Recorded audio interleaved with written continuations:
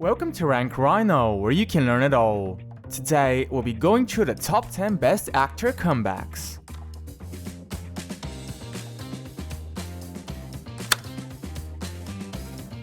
For this list, we're including actors that lost the spotlight and people all but forgot about them, but that didn't stop them from returning with a bang and reminding everyone just how great they are.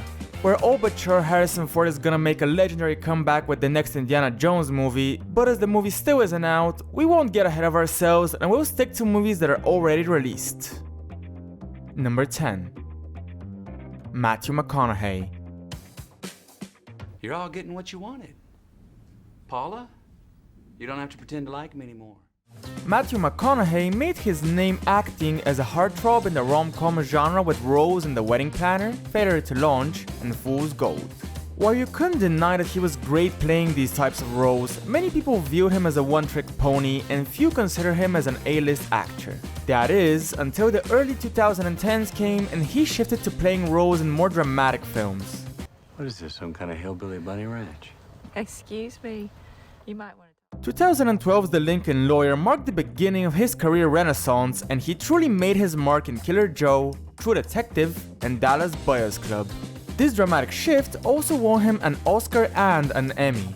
In the past decade, McConaughey gained a reputation as one of the go-to actors that you can get for a serious drama film, with his name bringing a sense of prestige. Number 9. Jason Bateman. What's your name? Spin it around. What was your winning word? What was the word you spelled to win? Jason Bateman had a great start to his career in the 1980s, with him being a teen star in series like Little House on the Prairie, but he then started fading into obscurity during the 1990s with little, if any, notable performances. Luckily for him, everything changed when he was cast as Maestro Bluff in Arrested Development. Where's Sitwell? Sorry, I told him to screw off. But get this, he offered me a job. What? Bateman shone in the role of the straight man in an otherwise silly comedy series. It seems as if this archetype was specifically crafted for him as he played similar roles in Identity Theft, Game Night, and Extract. And those are only a few of his notable roles since the turn of the millennium. Arrested Development is the best thing to happen to his career, as the irreverent TV show brought light to Jason Bateman's ability to be the serious anchor in otherwise absurd surroundings. Number 8. John Travolta. Sandy! Teddy? What are you doing here? John Travolta had to wait until 1994 to deliver on the promise he showed in the 1970s with his roles in Grease and Saturday Night Fever. Although he was hot property during the 70s, a sequence of poor castings and unsuccessful auditions hit the brakes on his rise to A-list stardom. Quentin Tarantino then gave him a leading role in Pulp Fiction and changed the trajectory of his acting career. They call it Royale with cheese. Royale with cheese. That's right. Although Travolta wasn't the studio's first choice for the role of Vincent Vega, Tarantino managed to convince them that he was their man. And he didn't disappoint, with him proving that he could play the role of an intimidating gangster and that he could do comedy, simultaneously at that. His performance kick-started his resurgence in the 90s, and he proceeded to star in hits like Get Shorty and Face Off, among others. Number 7. Mickey Rourke. Yeah? And I knew if I went out to California, I'd find her. I thought she was dead. If you're a fan of movies from the 80s and 90s, you're already aware that Mickey Rourke was one of the biggest names during that period. He played leading parts in Rumblefish, Diner, and he even shared a screen with Robert De Niro in the controversial Angel Heart. And then he simply disappeared from the public eye, deciding to leave the world of acting for a time, with notable director Alan Parker commenting that Rourke simply lost it. Just need the juice and you're alright then, right?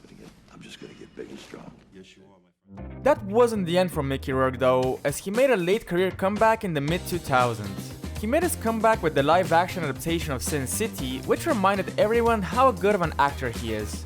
Rourke then starred in The Wrestler as washed-up wrestler Randy Duran Robinson and delivered a performance of a lifetime. Number 6. Joaquin Phoenix. Slave who became a gladiator.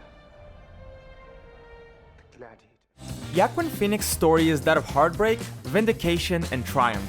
He became a successful child actor during the mid-80s and early 90s, but then tragedy struck and his older brother, who was also an actor, passed away.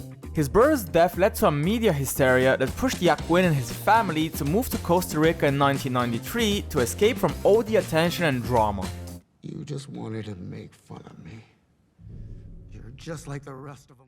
Phoenix made his return to the big screen in 1995's To Die For, but his real claim to fame was his leading role in Gladiator, for which he earned his first ever Oscar nomination. From that point on, Joaquin Phoenix's career followed an upward trajectory which earned him 3 more Oscar nominations for various roles and peaked with him winning the award for his performance in 2019's Joker.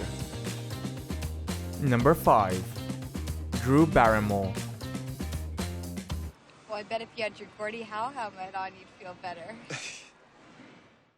Drew Barrymore's first major appearance when she was just 7 years old, playing the role of Gertie in E.T. the Extraterrestrial. That was as good as it would get though, as partying and controversy began plaguing her career. Excluding a major role as Poison Ivy in 1992, she hardly had any roles of note until 1996 when she made a major impact by appearing in Scream, the horror movie.